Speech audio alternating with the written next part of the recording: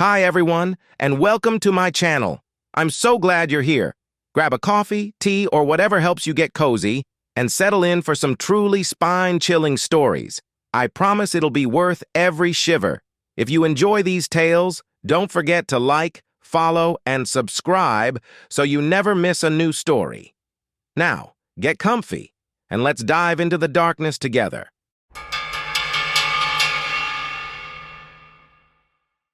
When my family and I moved into our new neighborhood, we were thrilled to start fresh. Everything about the place was perfect. The neatly trimmed lawns, rows of welcoming homes, and quiet streets.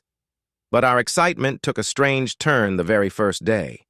Along with a pile of mail, we found a small pamphlet tucked under our doormat. The pamphlet was from the Homeowners Association, but instead of welcoming us, it was a list of rules. Odd rules. I started reading it aloud, chuckling at first. Do not look out the windows after midnight. Cover all mirrors when you're home alone. Avoid using electronics after 10 p.m. My spouse and I exchanged a look, half amused, half confused. Is this some elaborate neighborhood prank? I wondered, but no one seemed to be laughing. As I looked around, I realized every house on the street had curtains drawn tightly shut. We shrugged it off, thinking it was just some local tradition or inside joke. We ignored the rules entirely. That first night, around midnight, I was about to head to bed when something made me pause by the window. Outside, the street was silent. But there, just past the glow of a streetlight, I saw the shadowy outline of a figure. My stomach tightened. They weren't moving, just standing there, facing my house. The next day, I mentioned it to a neighbor, half-jokingly asking if we had some neighborhood watch. She just stared at me with a forced smile, whispering, "Just follow the rules. They're there to keep you safe." Then she turned away, not saying another word. That evening, I was putting our kid to bed when the lights flickered. I figured it was an electrical issue until my phone lit up with an unknown number. I picked it up, but there was only silence, followed by a barely audible whisper. "Cover the mirrors." I hung up quickly, my heart pounding. The mirrors. I glanced at the bathroom mirror down the hall, feeling suddenly exposed, but the urge to brush it off, to not seem superstitious, kept me from doing anything. A few days passed, and each night things grew stranger. Flickering lights became the norm, and whenever I checked my phone after 10 p.m., it was strangely warm, like it had been used for hours. Then one night, as I passed the hallway mirror, I saw something that shouldn't have been there. A figure just out of view, lingering in the reflection. But when I turned, the hall was empty. That night, I grabbed the pamphlet and read through every rule again, realizing with dread that we had broken almost all of them. The rules weren't arbitrary. They were protective measures. I didn't sleep much after that. I draped sheets over every mirror, avoided my phone, and didn't even glance at the windows after dark. But the worst was the feeling that I wasn't alone, especially at night. There was a presence, and it seemed more insistent with each broken rule, like it was getting closer. The final straw came when, one midnight, I woke to a soft scraping sound against our bedroom window. The rules replayed in my head. But when my spouse glanced out the window, there was only darkness, until a face appeared just inches from the glass. We left the next day, never looking back. That pamphlet? I took it with me, a reminder that some rules are made for a reason.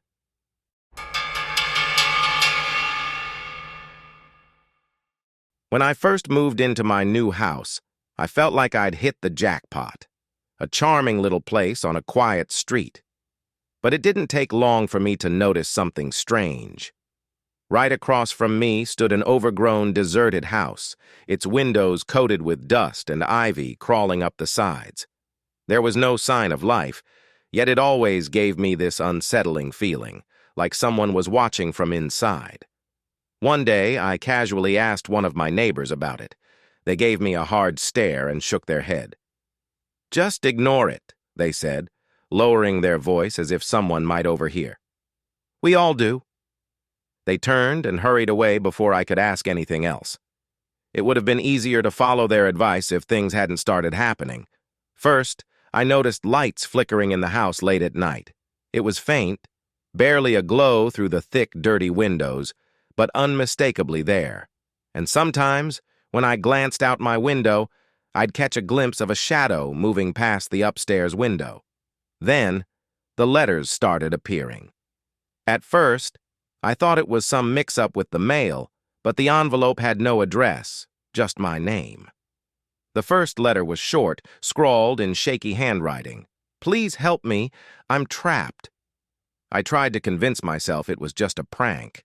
But then more letters arrived, each one mentioning specific things about my house, like the way I always left my porch light on at night, or how I'd rearranged my living room. There was no way someone could know these things, unless they'd been watching me. Curiosity and fear twisted inside me.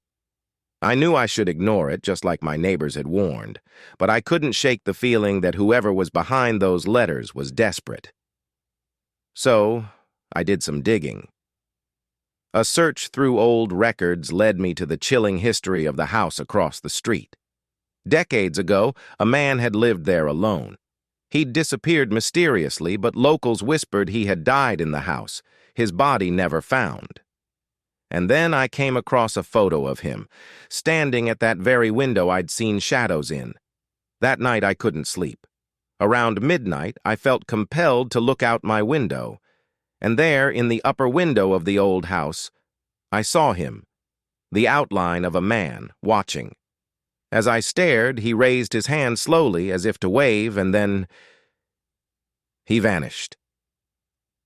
I left the next morning, packed my things, and never looked back. They say the house across the street remains empty, but somehow, I know he's still there, watching the neighborhood, waiting for the next new arrival.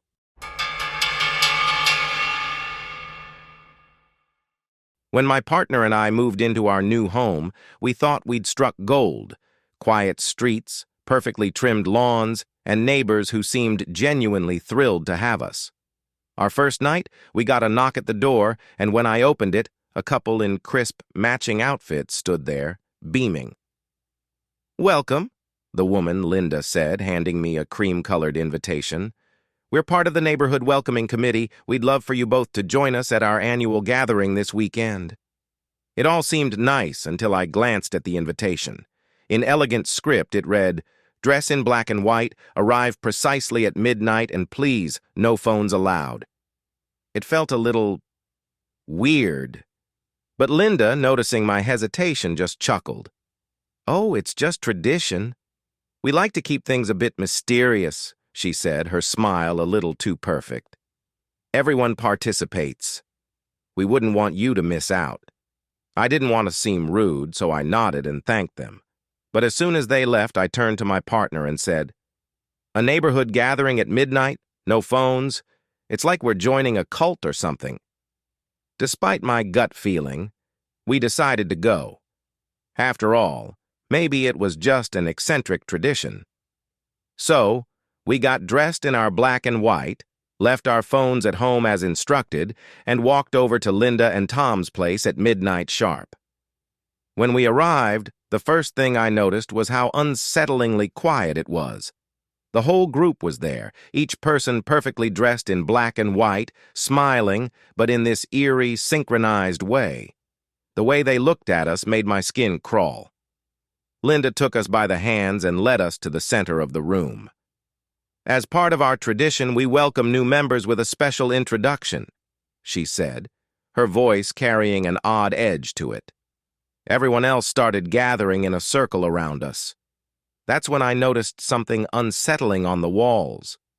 Pictures of previous residents, smiling, just like we were, dressed in the same black and white attire.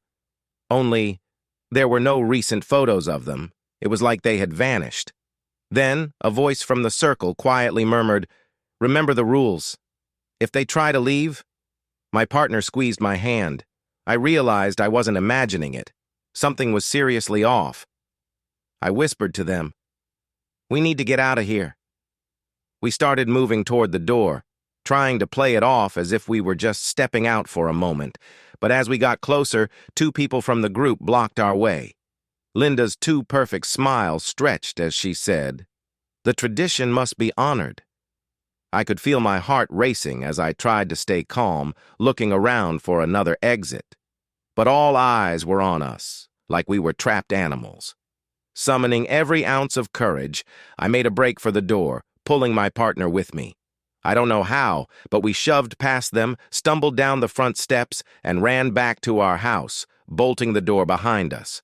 The next day, we woke up to a silence that felt even more unsettling than the night before. When we peeked outside, Linda was standing on the sidewalk just watching our house, expressionless. We kept our distance after that, and within a month, we decided to move. I still get chills thinking about it. To this day, I have no idea what would have happened if we'd stayed.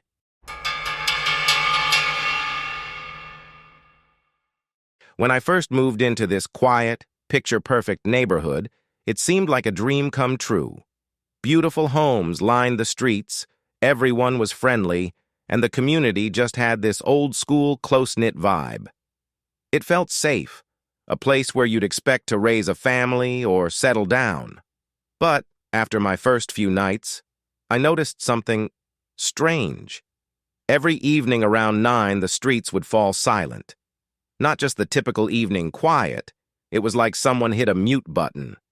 No cars passing, no lights left on, not even the faintest hum of a TV through the walls. And, without fail, every house was locked up tight, every window covered.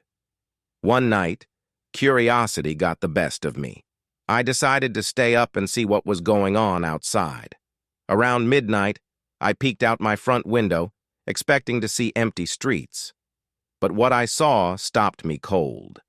There were figures moving around, tall, shadowy shapes gliding up and down the sidewalk, drifting close to houses, pausing in front of each door as if they were watching. I couldn't see faces or hear footsteps, just these dark figures, moving slowly and silently. The next morning, I went over to talk to my neighbor, Mr. Peters, a man who seemed friendly enough in the daylight. When I casually mentioned the figures, his face went pale. "Those are the Watchers," he said, his voice barely a whisper. "They patrol the neighborhood every night, searching for anyone foolish enough to be out." I tried to laugh it off, but his eyes were deadly serious. He leaned in and said, "If you know what's good for you, stay inside and keep your lights off. The Watchers don't like to be disturbed." That night, I couldn't sleep. I told myself it was just my imagination, but something gnawed at me. Around 2 a.m., my phone buzzed with a message from an unknown number. It was just 2 words. "You're next." Panic shot through me. I grabbed my phone and peeked out the window again, heart racing. There they were, the Watchers hovering at the edge of my yard. One of them turned its head, and though I couldn't see its face, I felt it staring directly at me. It took a step closer, and I stumbled back, my blood running cold. The rest of the night, I sat in my living room, clutching my phone, waiting for dawn to break. When the sun finally rose, the figures were gone, and the neighborhood was just as calm and sunny as ever. That morning, I packed up and left. I didn't tell anyone. I didn't look back.